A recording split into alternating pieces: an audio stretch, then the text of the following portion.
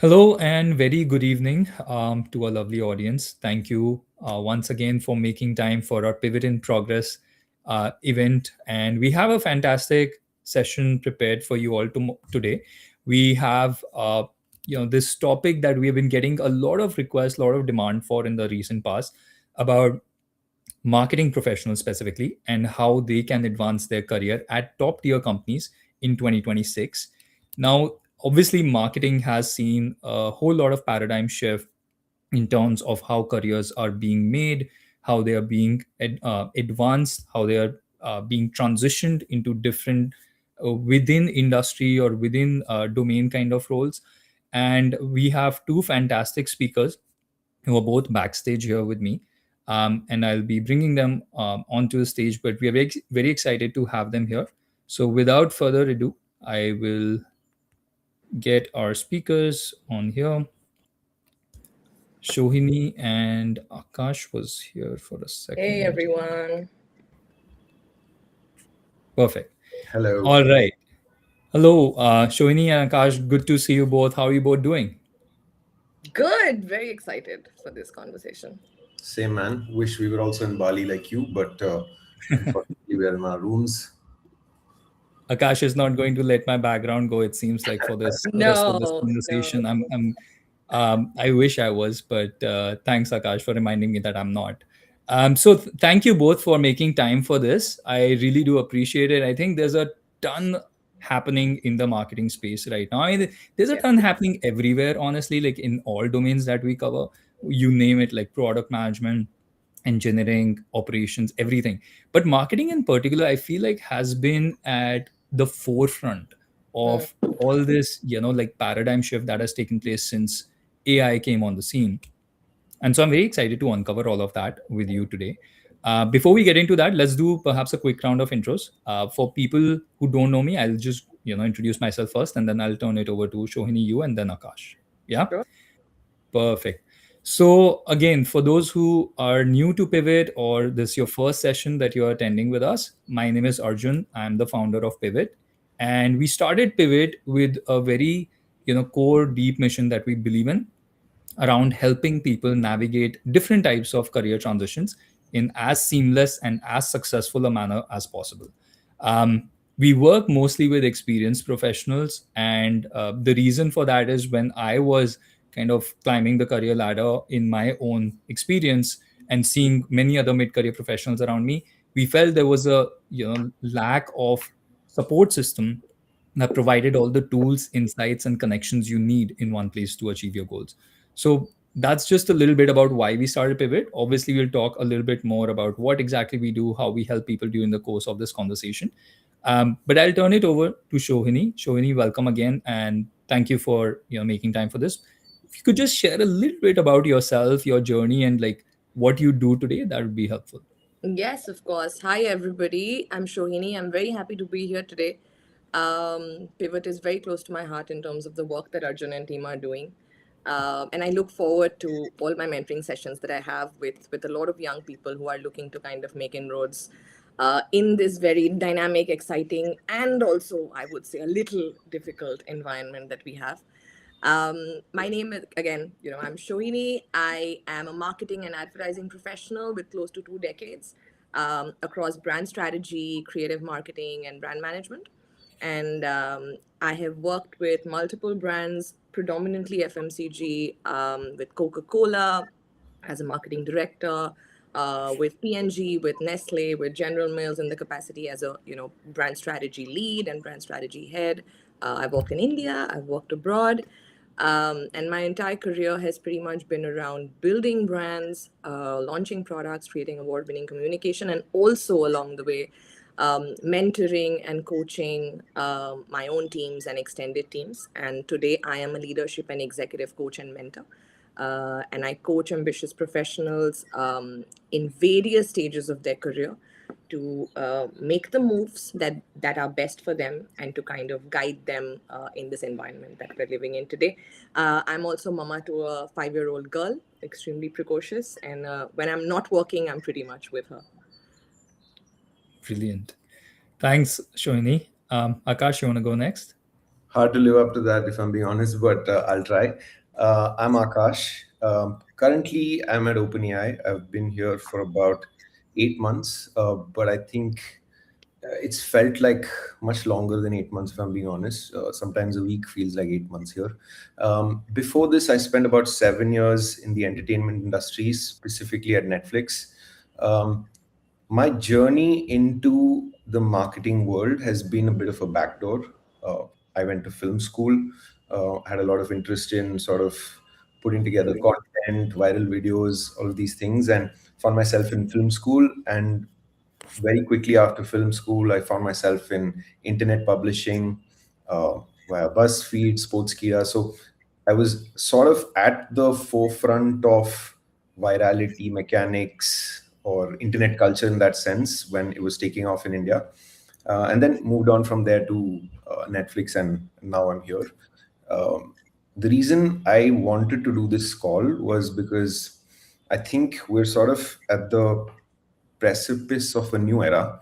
Um, the last time I saw such a leap in how AI was being embraced in sort of like in any work, if I may, was probably in 2023 when ChatGPT came out, and since then there've been, uh, they've been we've been inching towards better and better every week. But I think this year I've seen a massive, uh, I would say a bit of a leap, and I've spent some time over the last couple of weeks calling friends, speaking to them. Hey, have you started working with Claude Cowork or Codex or whatever it is? Have you started using these tools beyond just a chatbot, and have you started using them for your work, using them as agents that can do work for you?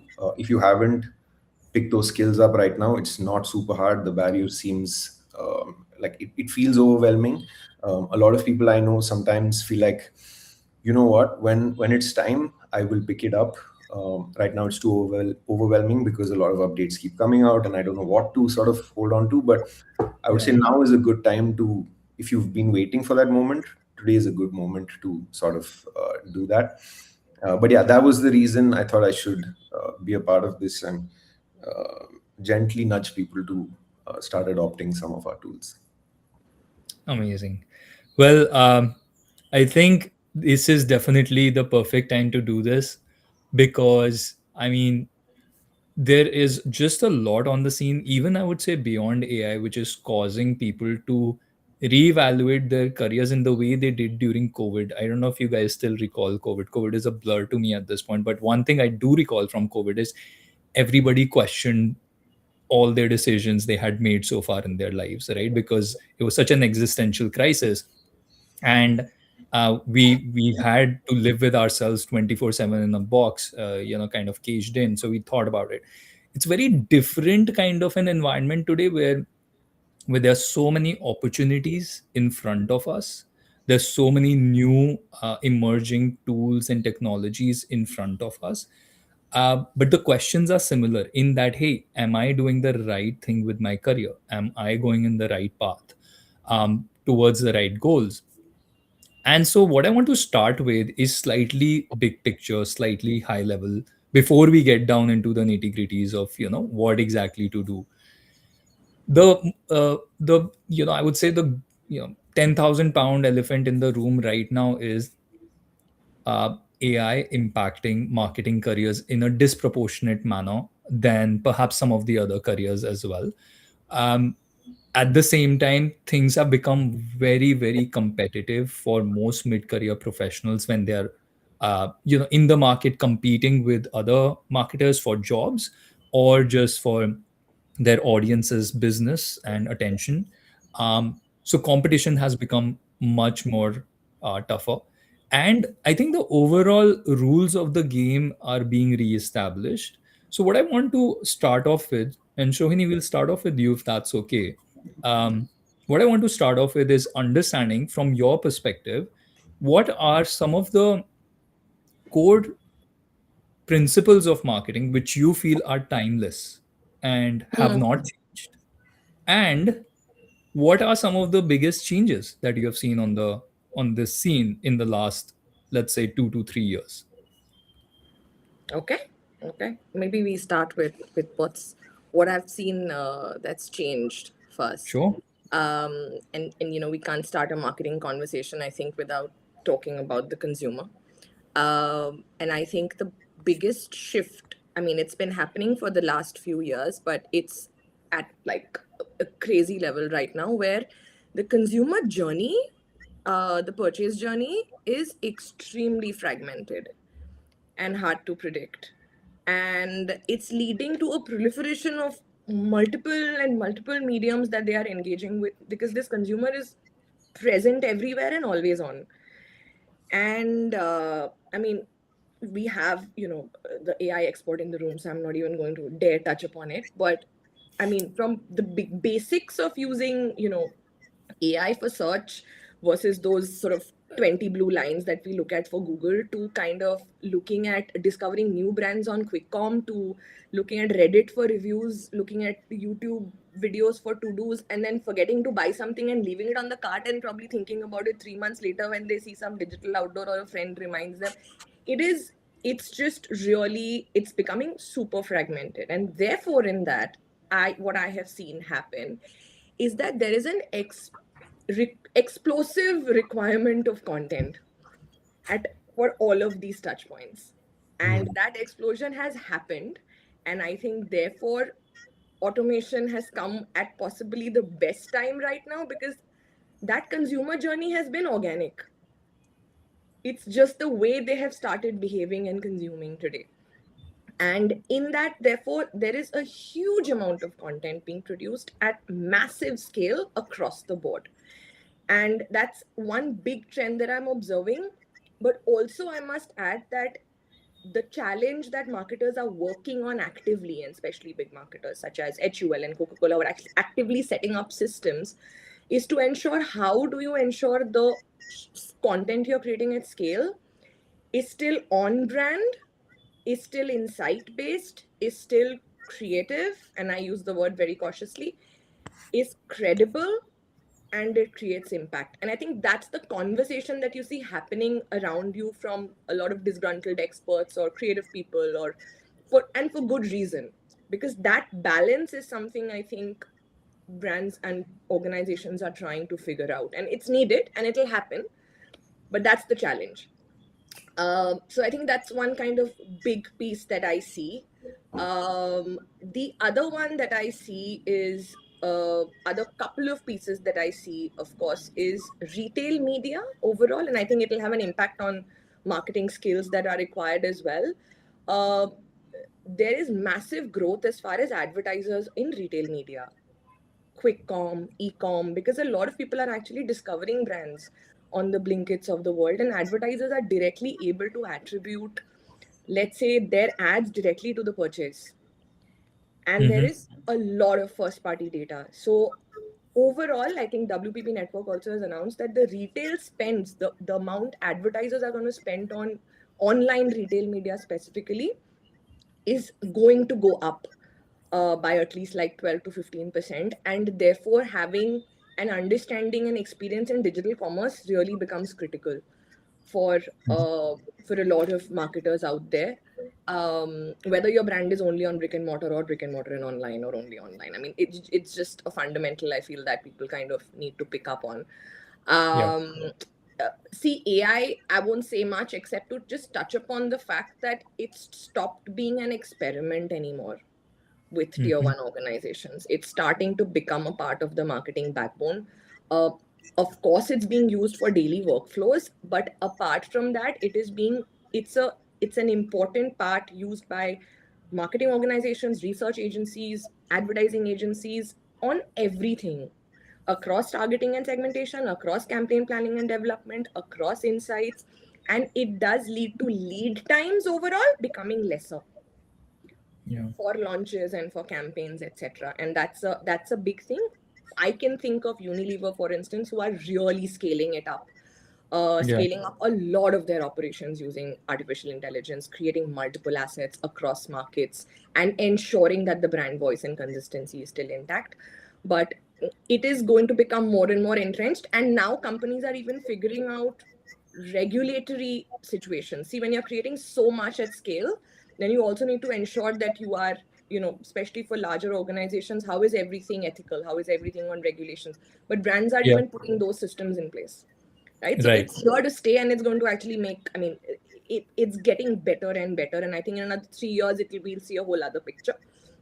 Yeah. Um, uh, Shoini, just sorry to interject, but I think all very valid points. What I do want to make sure we cover before we go to Akash very quickly is the maybe just like one point which you feel our audience should take away from this regarding what has stayed the yes, same, perhaps, and has become even more important brand in the building. era of AI. Brand building, and that was going to kind of be my last point. Yeah, If a brand doesn't build equity, performance marketing is only going to get more expensive. With the number of NPDs which are coming up, with the way, like I said, if consumer journeys and consumers themselves cohorts are fragmented, fundamentals of ensuring consumers are remembering your brand through memory structures, ensuring consistency in how you are actually communicating your product or your brand, is super important today, because in the age of automation, there is a whole other counterculture that's happening where people are also valuing trust, familiarity, authenticity a lot more. yeah, So what is fundamentally here to stay is, there are brands who are also, there's a beautiful article on Coca-Cola today that I in fact shared on my LinkedIn today, where brands who are getting their fundamentals right are actually the ones who are growing today. So mhm, the Goliaths, so to speak, versus the noisy Davids, as Mark Ritson was calling it. So I think really focusing on improving your brand's equity on key fundamentals yeah, and doing it consistently versus jumping from one trend to another and one thing to another, and using tech and automation and AI as a complementary tool to it, is I think one thing that is absolutely here to stay. And therefore, yeah, when you're looking at marketing skills, the fundamentals are going to be super important, more important than a lot of other things. yeah. Hope that answers. No, that is perfect. I think that's very helpful. Very structured and clear. So I think most of the audience will understand that. Akash, I'll bring you in the conversation as well. You can either take up the same question that Shohini just answered if you feel like you have new perspective or dimension to add. Otherwise, I can also ask slightly different angle based question here. I'll uh, I'll add on or build on what she was saying because I think it's Sure. valuable. In fact, I intended to start with we can talk about trends and we can talk about all of these changes, but the fundamentals aren't going to change. Yeah. Maybe I should illustrate with an example also. So like a few years ago when I was speaking to my boss about, hey, what should I be doing? How do I similar conversation, right? Like, what should I pick up? Should I study game theory? Should I study organizational behavior? What do I learn? And he was like, Mm. just study like organizational behavior. Just study behavioral psychology. Study the marketing fundamentals. You didn't go to marketing school, so maybe just read that book once. I think those things won't change. Um, I like I did think to myself कि क्या बोल रहा है भाई ये but now I can look back at that and give you an example. Okay, influencer marketing. Okay, if you look at influencer marketing, a few years ago it was probably new. It wasn't as organized as it is right now. And I'll give you an example of how organized it is and tying back to the fundamentals. Right, the way large organizations now look at influencer marketing is no longer as a vague influencer marketing term.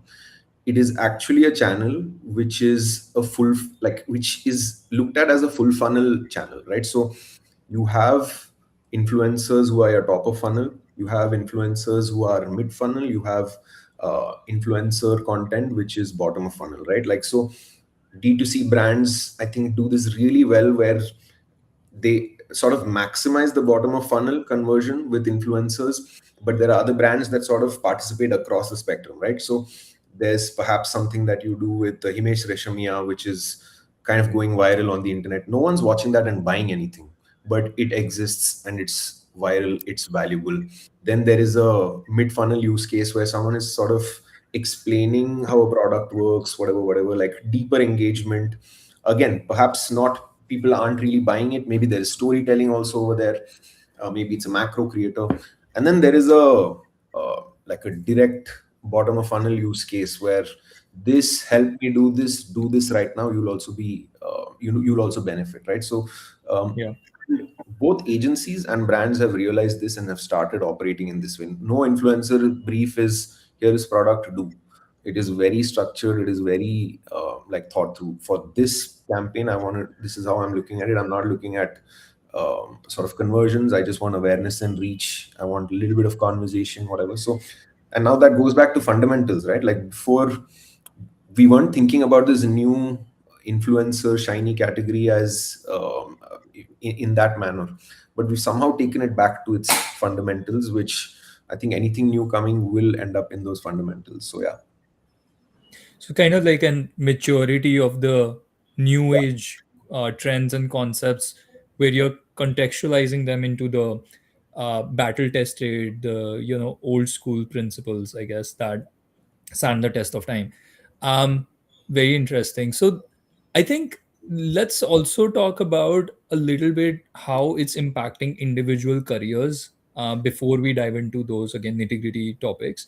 Um, so again, at a bird's eye view, what we see when we see folks coming to us from, I would say, typically tier 1, tier 2 backgrounds in marketing roles, which are anywhere, I would say, like 5 years experience all the way up till 20 years experience.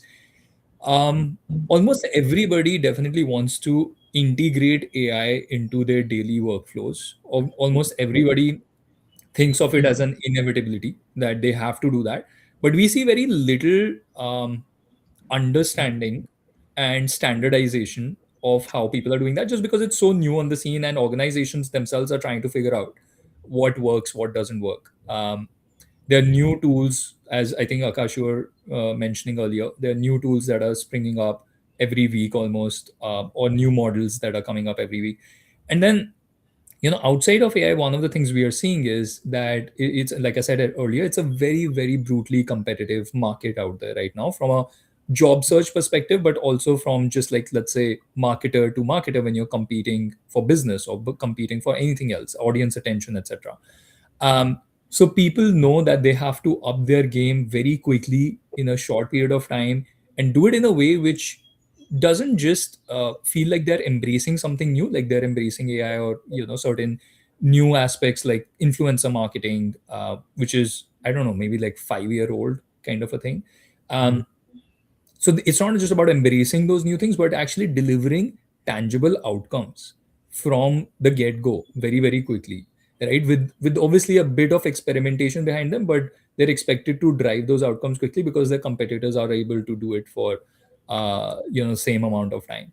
So keeping these two things in mind, and perhaps the other trends that you both have touched upon, like how brand building has remained sort of timeless across these changing landscapes, what do you think is the top one or two things that individual mid-career professionals who are in marketing or thinking about transitioning to marketing, and when I say transitioning to marketing, usually it's not people who are coming from engineering to marketing or something completely unrelated, but sometimes there could be folks at the precipice of one type of marketing role or adjacent role, and they are thinking about coming into marketing, right, in a more full-fledged manner. So those professionals and people who are already within the field, what are perhaps the top one or two things they should think of at a high level, at a bird's eye view, when they are trying to navigate these rapidly evolving uh, landscapes around them?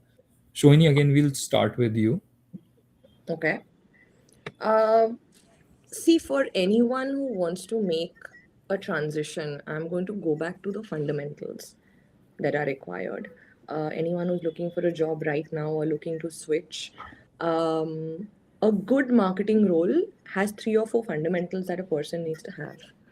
And even today, up until literally yesterday, and I speak to people, who are interviewing every day or who want to, and recruiters, people are checking for these fundamentals in their interviews. Okay. So, first off, strategic thinking and analytical abilities. If you do not love data, then a tier 1 marketing organization is going to be a very tough place for you to be. So, a lot of the work is already getting automated for you. It's about how do you have a point of view out of it, And how do you make a story out of the data that you're seeing? And the data could be consumer data, business data, distribution data, but it is a lot of that. So a person who's fundamentally analytical and is interested in looking for the loopholes, what story is it telling, and how do I kind of say something and bring out a point of view that nobody else is able to have, is something that marketers are checking for, right? The other plus is commercial understanding. If you are again in one of the, let's say, brand management roles or product management roles in FMCG, understanding the life cycle of the product, the P&L, sales and distribution, super critical. So if you do have that experience, then cracking a tier 1 organization is becomes easier than usual. Hmm. So that would be the third that I would say. I think one thing that I feel, and I was discussing this with the other day, marketers essentially know, they do need to know a little bit of everything. So in that sense, being a polymath and being curious and being a learner is super critical. And I was speaking to a recruiter, in fact, yesterday, and they were like, things are changing so fast that if we actually understand in an interview that this is a person who's able to learn and is curious and will adapt, it's a big skill that we are looking for. And people can tell, they can tell, what is your capacity to actually embrace something new and embrace a challenge and learn. And most companies are looking for that kind of adaptability. Hmm. So strategic thinking, commercial understanding, and overall curiosity is what I would say as more as fundamentals. Yeah. Having relevant industry experience today is very critical, Arjun, because there is no time to learn. Hmm. Even for organizations, the pace at which they are moving, they want people that they are recruiting to at least have some kind of relevant experience. So scale Hmm. versus scale. If I'm looking for a new cat product that I'm launching, I would like somebody who's worked on NPDs, right? If I'm looking at building, growing an existing brand that may or may not be doing too well, I'm looking at somebody who's managed a brand at the same scale. If I'm looking for a digital marketer or a new AI lead, they better have created something or had some kind of impact. So relevance is more important today. Cross pollination is getting harder. Not to say it cannot be done, Yeah. but that curve is, if some, I mean, I would request, urge anybody who's giving an interview, please don't give the vibe that I'm here to learn. Hmm. Give the vibe that I know what I'm talking about and fake it till you make it genuinely. Because that curve, you have to be somebody, again, curious, learner, self-taught. That's the vibe that they're looking for, not somebody who they will. There is no time. Of course, big companies will invest in training and induction, but Right. that's why relevance becomes. It's one of my sort of big points that I would say. Yeah. Uh, Unfortunately, or you know, Shoni, just to play devil's advocate, because I mean, we advocate for transitions, we advocate for cross pollination, not because we make yeah. just money out of it, but truly have seen some really impressive outcomes for both the individual and the companies who So are open to those scenarios. yeah. So I want to ask, let's say there are individuals who don't have industry experience as you're talking Mhm. about. Like let's take FMCG, for example. Yeah. If there are certain other industries out there that Mm. the person has experience in, Mm. let's say tech, or let's say maybe certain other high growth industries, which innovated certain new models in marketing, right, which have not been applied to the traditional realms of laggard industries. Would you still say like those candidates should not sort of present their unique experience outside of the industry to say, what, I don't bring a lot of industry knowledge, but I know how to apply kind of the first principles that I learned in the other organization in a new context? Because a lot of times we are anyways reevaluating the entire playbook here, given Mhm. how fast things are evolving. So Yeah. just a quick question there, and I mean, feel free to push back, but I really am curious about that. No, no, great. It's a great question, and it's the answer is very nuanced, but it uh, cross category experience is valued a lot when you are at a senior level. It is valued a lot more, in fact, if you have varied experience across categories where you have really shown impact and growth.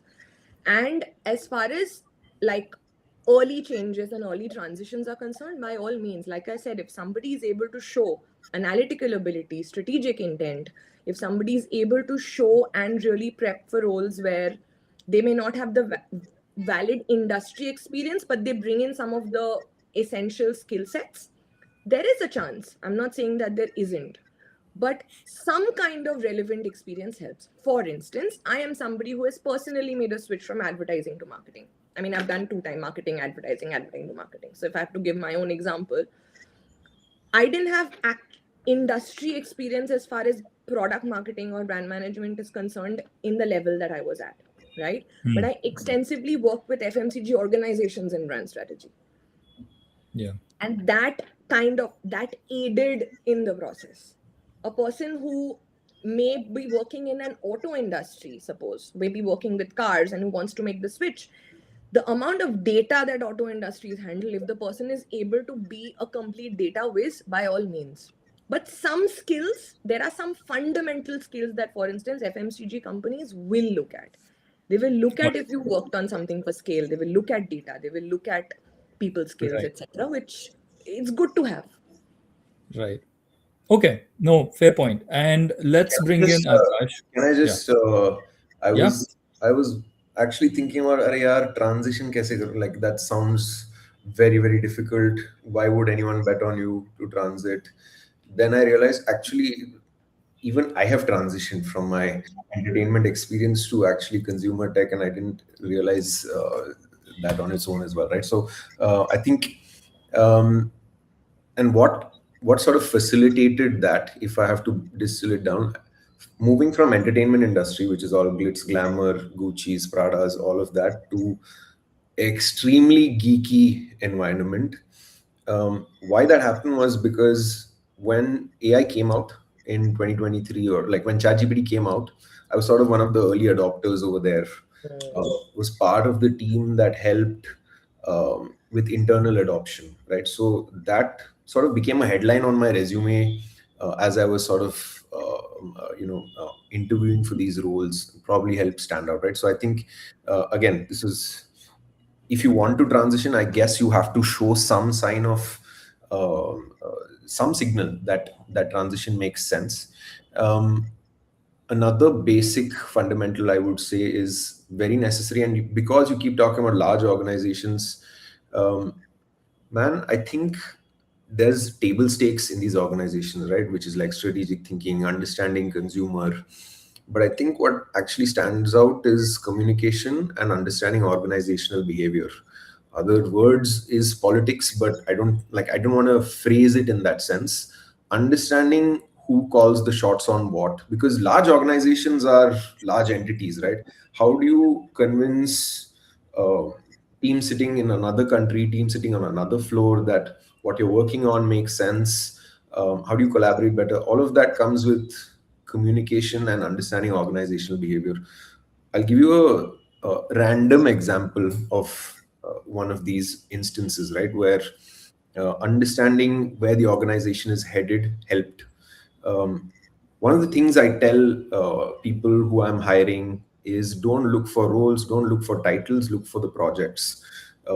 It's okay if you're leaving money on the table, just make sure the project that you're working on gets you the next project, right? So there was this period right around COVID when it was kind of obvious that there's not going to be raises for anyone, right? So it was appraisal season, everyone sort of trying to strategize, how do we get, and obviously organizations have a limited pie that they have to play with for your raises, right? And then they have to split it, and that really depends on whether they like the person or they have enough data to say whether someone did something well, whatever. This time somehow I knew it was zero. There's, or it's irrelevant, right? So walking into that conversation, I sort of knew what I was going to go for, right? So before this person could give me bad news, I was like, hey, I understand this year might be really hard to sort of have any reasonable expectations in terms of compensation, but here's what I've done this year. I'm not looking for um, any sort of raise if that's not on the cards. But what I do want is this specific project for the next year.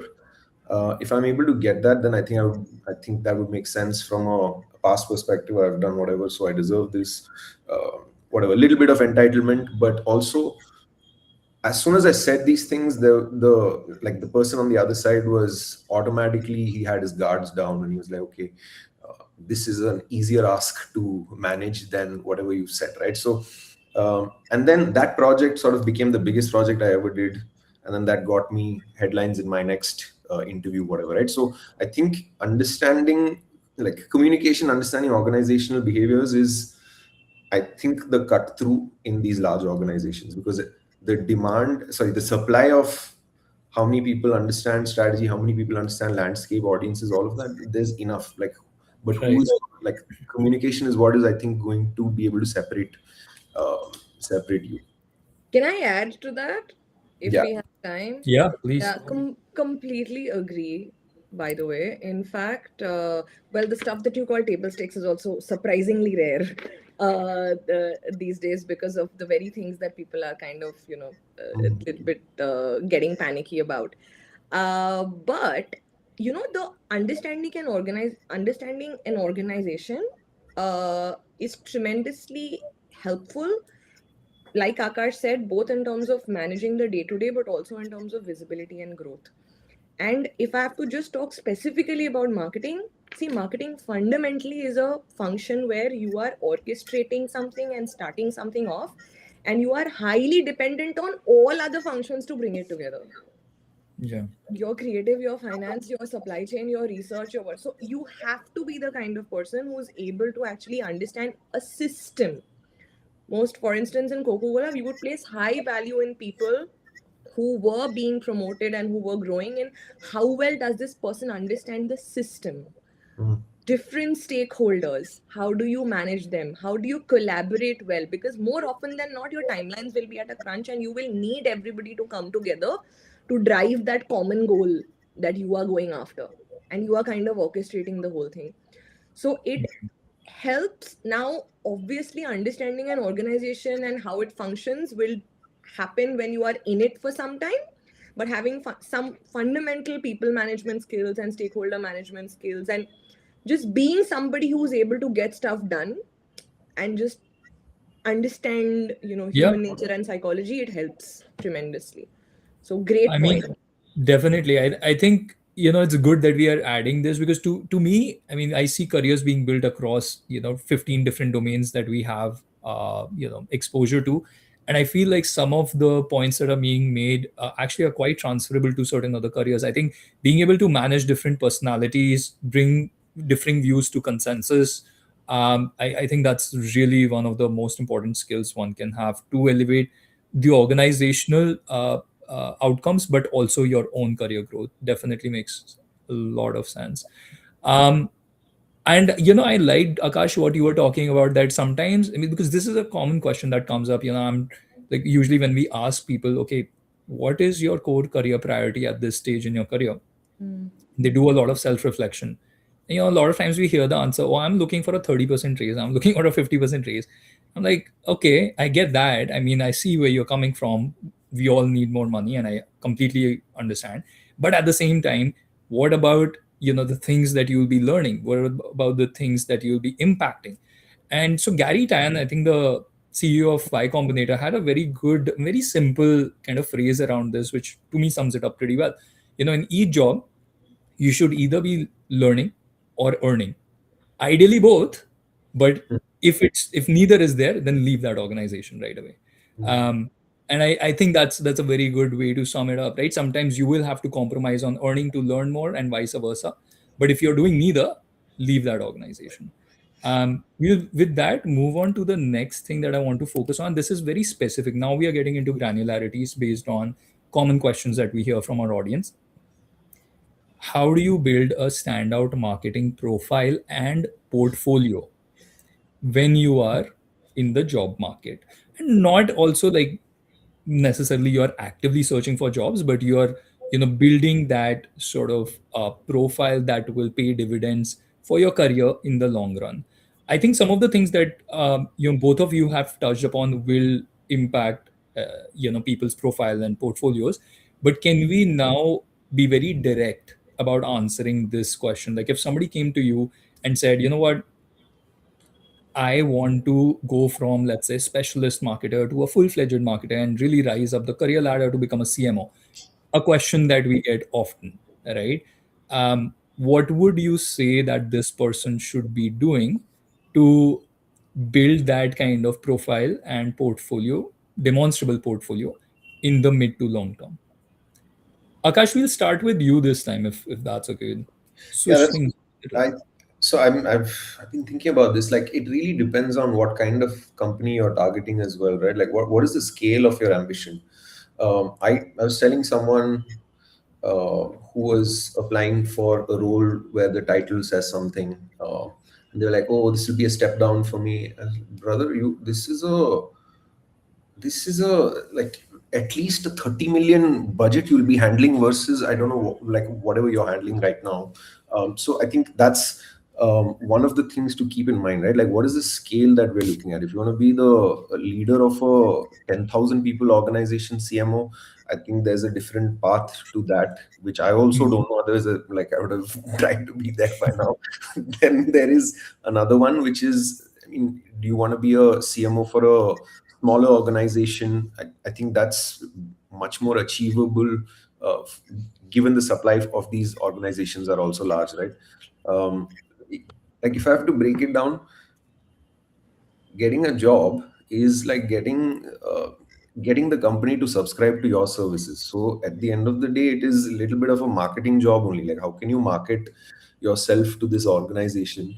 You'll have to study the organization. What is the supply they have of these candidates, and therefore, how do I stand out?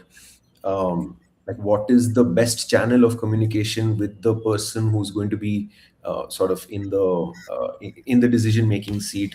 Understanding the difference between hiring managers, recruiting managers, understanding who has leverage to be able to speak to the hiring manager. Like, there are referrals, obviously, and you should be strategic about referrals also. Like, not any random referral. Sometimes random referrals can actually work against you, where they also realize that, oh, this person doesn't really know the route to this, therefore I'm not sure it's a right signal, right? So I think you'll have to break it down as a this is this is a marketing job now, where I'm trying to sell myself, and how do I sort of get this company to pay for my services, right? So that's how I would honestly look at it. Sorry, I don't know if that's super useful, but like, honestly, it's so different for if it's a large organization, which is or a smaller organization. And yeah.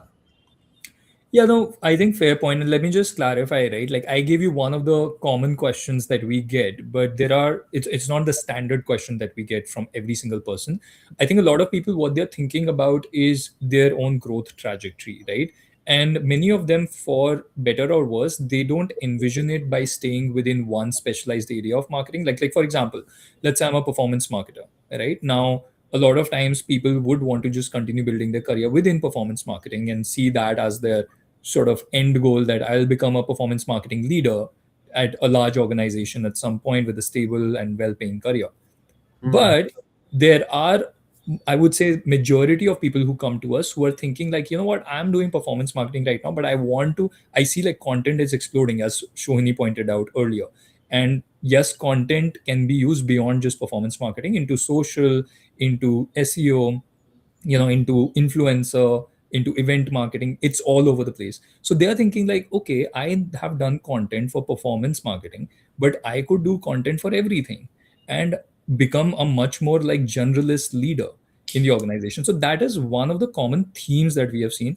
And if there is something wrong with the premise of that question itself, like in the sense you feel like that should not be what people should be thinking, like they should be thinking in a different way, then I want to hear that as well. So Shohini, I'll come to you with the same question, but don't take it as a sort of a prescriptive question that this is the only thing that people are asking us.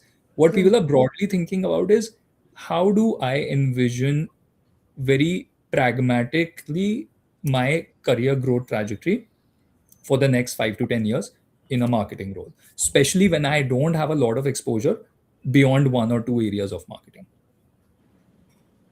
Again, I mean, I will kind of second Akash on this, that this is actually a very broad kind of space. I mean, I'll try to you know, uh, see how to pick it up. So you're saying there's a person who's saying they have one or two areas of specialization today, and they are trying to think about how they are going to grow long term and grow fast and high, Mhm. essentially. Within marketing, yes. Within marketing, but not necessarily in the same role, Correct. right? Basically, think about it this way. I'll just add one more point if it helps clarify. Mm-hmm. They don't want to box themselves in Hmm. into the areas that they have been doing if there are more high growth areas Hmm. within marketing that help them accelerate their career faster. Okay. Okay. So I'm gonna try and answer this one maybe as a coach versus as a marketing leader, because I think before we even make any recommendations, that person will need to have a lot more clarity on which are the areas that they want to get into and what's their eventual path. For instance, let's say I will talk about Coke because Coke has a massive marketing team, and it's not just product. It is product, brand, also creative, and also there was an like entire integrated marketing communication department itself within marketing, where you had internal media, you had assets, you had social, you have digital, and it's a very rare combination, right? Within that, so larger organizations which have extended marketing teams such as this, even if you join as a specialist at an earlier stage of your career, so let's say if you join as a specialist in an earlier stage of your career with like 5 years or 6 years of experience, most big organizations with multiple roles do allow internal movement. Okay, so I can speak basis my experience, right? Sure. So suppose if you are a social lead, and if you have proved yourself effectively within the work that you're doing in an organization for a period of 2 to 3 years, understanding organizational behavior, like Akash is saying, making yourself visible, there are roles that internally you should be able to go for and apply to, and many tier 1 organizations such as HUL, Amazon, Coca-Cola do have those options. So, one of the things I suggest to a lot of people, for instance, sometimes, is suppose if a person wants to make an inroad into brand management directly, um, let's say while they are in an agency background or another marketing in another industry, what I tell them is please identify the organizations you want to work with, look at marketing, and try and get in a role that you're kind of okay with but may not be fully okay with. And most of these big organizations, if you've proved yourself, you will always have options of mobility within the organization, as I have seen, and also outside the country in other roles, etc. So that is, and in that, another thing that I do kind of encourage people, if things are completely not broken, please try to stay in a role for at least 18 months to 2 years. Because if you are growing and if you want to be, let's say, CMO of a big organization, 6 months, 8 months, 6 months, 8 months does stand out in a Sure. profile. And it does stand out. I'm not saying those people don't have a shot, but consistency, sticking at an organization, loyalty does pay off. And picking organizations which have multiple roles.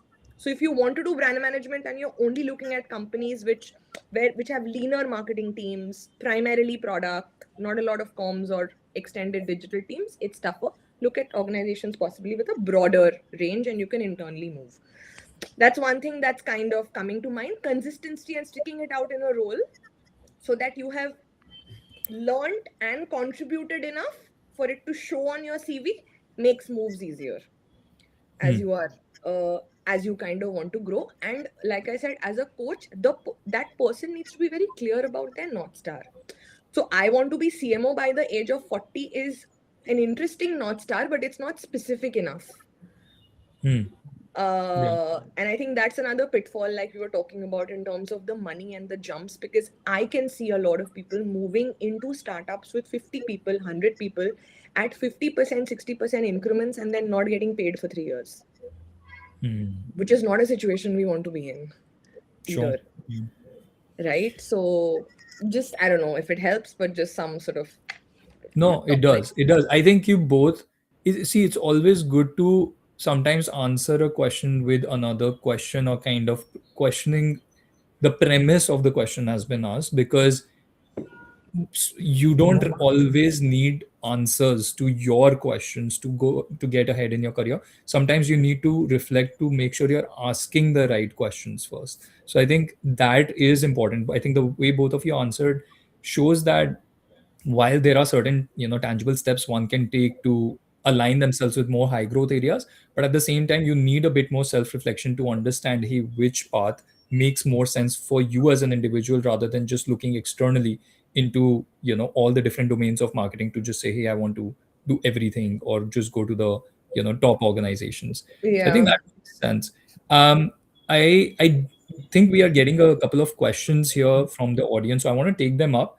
But just one thing that I want to ask before we get there, Akash, I'll quickly get your perspective. And so, Shoini, if we have time, I think we'll get yours as well. But just very briefly, if let's say we are applying to mid level content focused marketing roles or brand focused marketing roles, um, what would you suggest to people they should do in terms of showcasing the body of work that they have produced so far, as opposed to just kind of uh, depending on their resume and LinkedIn, the typical stuff? How do people showcase, make their work come alive, more palpable to recruiters and hiring managers? Can I? I'll tell you one thing not to do. Make it generic for uh, at least in this age of AI. I think you should be able to have a resume that is targeted at an individual at the company, but also I think um, you should also know if you like before I apply to a job, I know that I'm not getting it. Like my skills, my like my experience does not match up to what I need. Therefore my even my expectations are super, like I don't even apply. But um, having those expectations set, but having personalized communication. Hey, this project I did might seem relevant to the kind of work you guys are doing, so maybe a cover letter along with it really helps. Okay. Shoini, you want to add anything in terms of how somebody can showcase their body of work? Yeah, one more fundamental thing and one possibly a more larger. So, Akash mentioned visibility and people management some time back, right? And in general, one of the things that I actually work with my mentees and the people who I coach in the corporate world is how do you kind of build your personal brand? And I saw this beautiful video about how any individual, forget influencers and creators, of course, an individual who's able to build between 2,000 to 20,000 followers, all social channels combined, is going to be somebody that's a currency that they can hold, and that's something that they can leverage to expand their network, to showcase their work, and also to eventually monetize. And that's Hmm. a currency of the future for anyone and everyone, all of us, in fact, because that currency, the people trusting people, an individual authentic voice, a founder led voice, you being a great example for it. What's happening on LinkedIn, of course, is another level of explosion, right? But one thing for people to consider: please try and build in your own way your personal brand. One of the ways to do it is to be on relevant social media channels. Try to figure a way where you can start to get between 2,000 to 20,000 followers. It is not, I mean, it requires consistency, certain amount of thinking, and thinking about your own brand and visibility.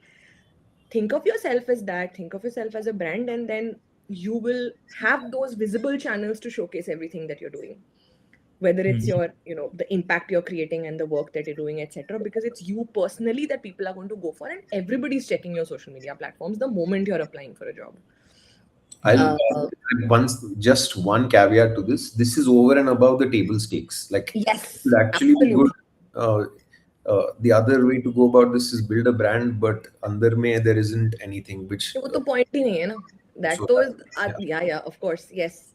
No, no. That I think we were mentioning are Right. absolute All basic. that glitters is not gold. No, that For I sure. think, which is why fundamentals are important. The one basic thing I will ask everybody to do, um, and especially people who are entry level, and I know it's going to be harder, please work with your mentors in your own organization or outside to improve your CV and LinkedIn in terms of showcasing impact versus role. Yeah. Versus like your responsibilities, What right? you are doing. They will check for responsibilities, the recruiters, but the impact is just not visible in majority CVs I'm reviewing and profiles that I am looking at and mentoring people for. Find that.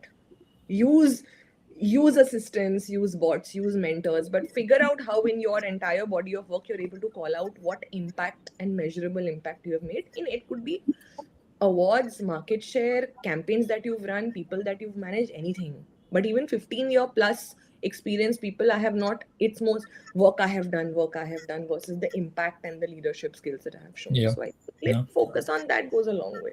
Yeah. Is what. Very important. Very important. Yeah. All right, let's get into the Q&A, and we have a few great questions here already. Thank you to the audience for sharing these. I'll take this one up quickly because I think this is one of the most common questions that we hear. I think we have sort of indirectly broached this point during this conversation too. It's from Stuti, and Stuti's question is, how should marketers think about managing AI fluency without losing the human strategy or human edge? I think very valid point. I mean, one of the things that we've been hearing about is how even on LinkedIn as a platform, you can notice a lot of AI slop. It's very easy to tell that Very. 80-90% of content is being completely generated by AI. It's not like, it's drafted by AI, then reviewed by a human. It's just like copy paste from GPT or Claude or one of those. And so people are not exercising their own marketing muscle as much as they used to, and they're kind of just leaning on these AI tools, and there's a lot of slop. So very good question, very pertinent question. How can one balance this? I'll have the AI guy go first, if that's okay. Honestly, right before this meeting, I was filling out a report, um, and trying to fill out in a way where I'm like, how do I make sure someone reads this? Because obviously, everybody is filling out reports, and the thing is, these chatbots sometimes put together all of your learnings and crystallize it way better than you can as well, right? So um, there is some merit to that, especially if you communicate in a certain way, whatever, right? So there is merit to it, but if you have to use your own example of LinkedIn slop, there are certain like catchphrases that you start to, we call it these micro phrases that AI sort of has embedded into it, right? Which is that M dash is obviously super popular. Everybody knows. There are a few other signature phrases, which is, structure of a sentence would be, this is not this, it's this. Uh, Hmm. Sort of like that. And then Yeah. there are a few of these, right? So that's where the human comes in, right? It's been 2 weeks since Images 2.0 has come out. When it came out first, wow, brilliant.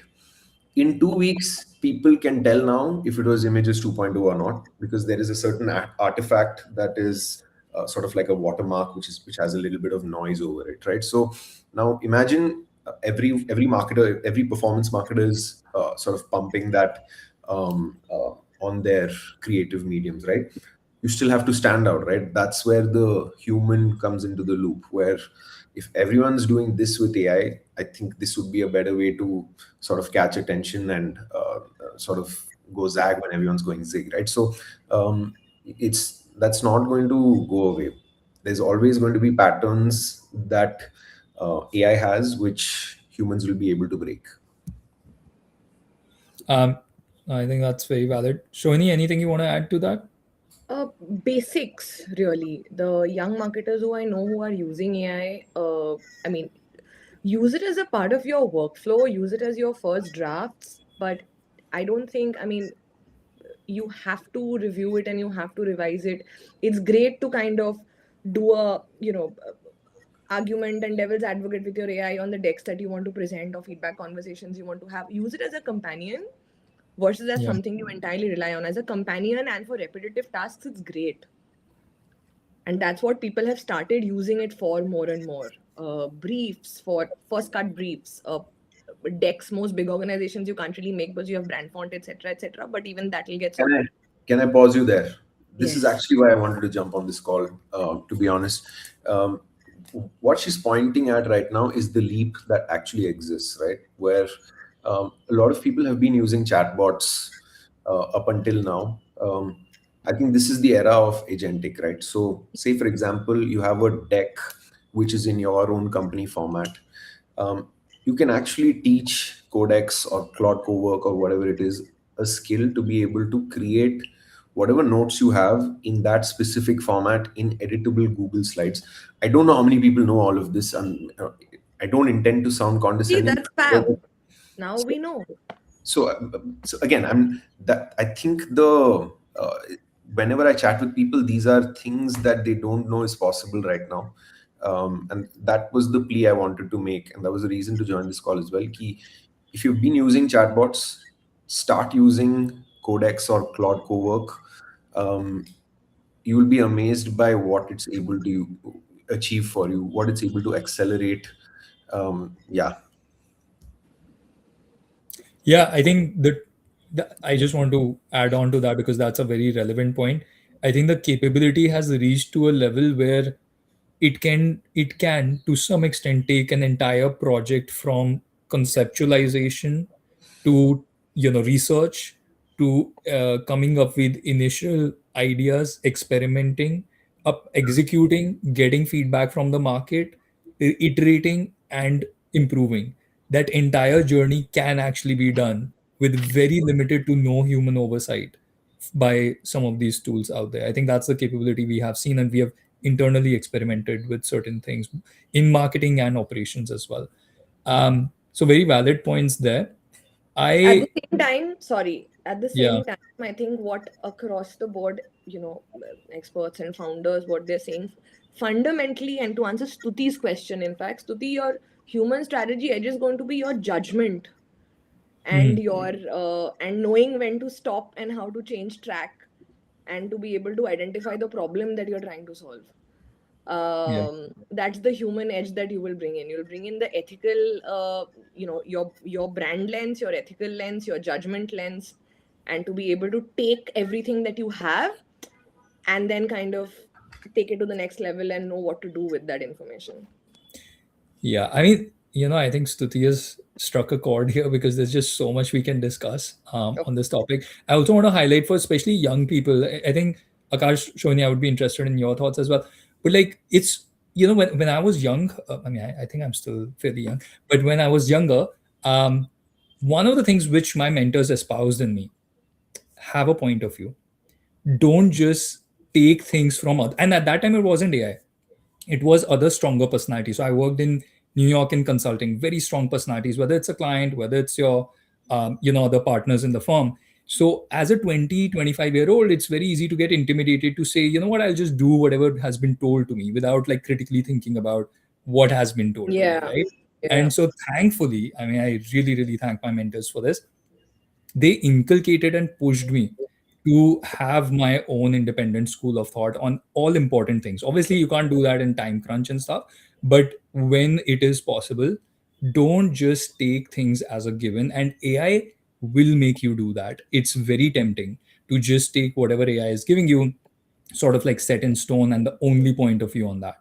Um, so and that's one of the reasons, like if you take things broadly in the geopolitical stream of things across the world, things are getting very very polarized because people are moving to either side of the political spectrums. One of the reasons being they are either only taking things as they are without pushing back, or they are just assuming whatever they already know is correct. There is no other nuance to that opinion. So anyways, I won't go too deep further into this, but I just wanted to add that when we were mentioning like taste and mentioning judgment, I think having a point of view on things is important. Even if it is wrong, that's okay. Try, understand why it's wrong from perhaps people around you, and then improve your judgment over a period of time. um, but yeah, anything Another else way you to grow, no, just adding another way to grow, whoever wants to kind of go into that, career track and grow faster, please have a point of view. Uh, uh, hopefully a good one, but try. Don't be that silent note taker in a meeting room for years. It really doesn't help anybody. So have a point of view, and for that, you need to know what you're talking about as well. So work on that, is what I would say. for sure. All right. I think we have gone beyond our time. There are a couple of other questions as well, but I'm not sure if we have more time for questions. So I will actually, I won't assume anything. Do we have time for one more question, Shohini and Akash, or do we have a hard stop? I We can. can, we can do one, yeah, yeah, Okay. and maybe we There's can one ask. question which is not reflecting in the chat here, but I got it from my team that we have received. I'm not sure why it's not showing up, but it's from Ria. And the question is more around how can someone with traditional marketing experience transition into the most high growth roles within marketing? Um, Slightly broad, and I think we have discussed this at a high level. Do you want to talk about like certain aspects that people can undertake to align with the higher growth marketing roles or higher growth industries? Is there anything Sorry, is that it you growth marketing or is it Yeah, I would ask Ria, like which categories does she think are growth focus roles within marketing? So I would say I don't think it's specifically growth marketing. What I think she means is roles that are growing faster than the others within marketing. which roles, according to her, are going faster than the others in the marketing? Has she mentioned that? I I think would say that content probably is one of them. Content is definitely one of them. yeah, like where the industry is not yet organized, I would say is an opportunity to sort of position yourself as a leader over there, bring some structure thinking to all of that, right? And then automatically you're sort of a leader in that industry. Like a lot of influencer marketers who sort of went all in maybe in 2019, 2020. Now they can present themselves as CMOs or whatever. So identifying what that opportunity is, and then going, if you want and if you can afford to, go all in. Yeah, why not? That's, I think that's a very good answer, actually, Akash, because I think you both have been sharing this in an indirect way. But one thing we have not really focused on is that, high growth is contextual depending on the industry, depending on the organization that you're in. And, what is true at Coca Cola may not necessarily be true at PepsiCo, which are competitors, right? So you got to like understand the org context. Definitely makes a lot Can of I sense. one of my predictions, which I'm seeing happening, is CMOs for hire. It's sort of like this fractional CMO, Fraction also. right? Like it's sort of become a thing right now, which is going to get even more commoditized because with AI you have like an entire agent. You have a company reporting into you, right? Like uh, you have a performance team, you have a design team, all of that. And I think, and if I have to use my own example, I'm in the marketing team here. My day sometimes starts with a very intense meeting to talk about budgets, marketing strategy, which I have to sometimes pause and be like, I need to post this on social, and then continue our chat. So I think marketers who are able to do, like jostle with the CEO, but also sort of do the groundwork. I think that's going to be more and more common.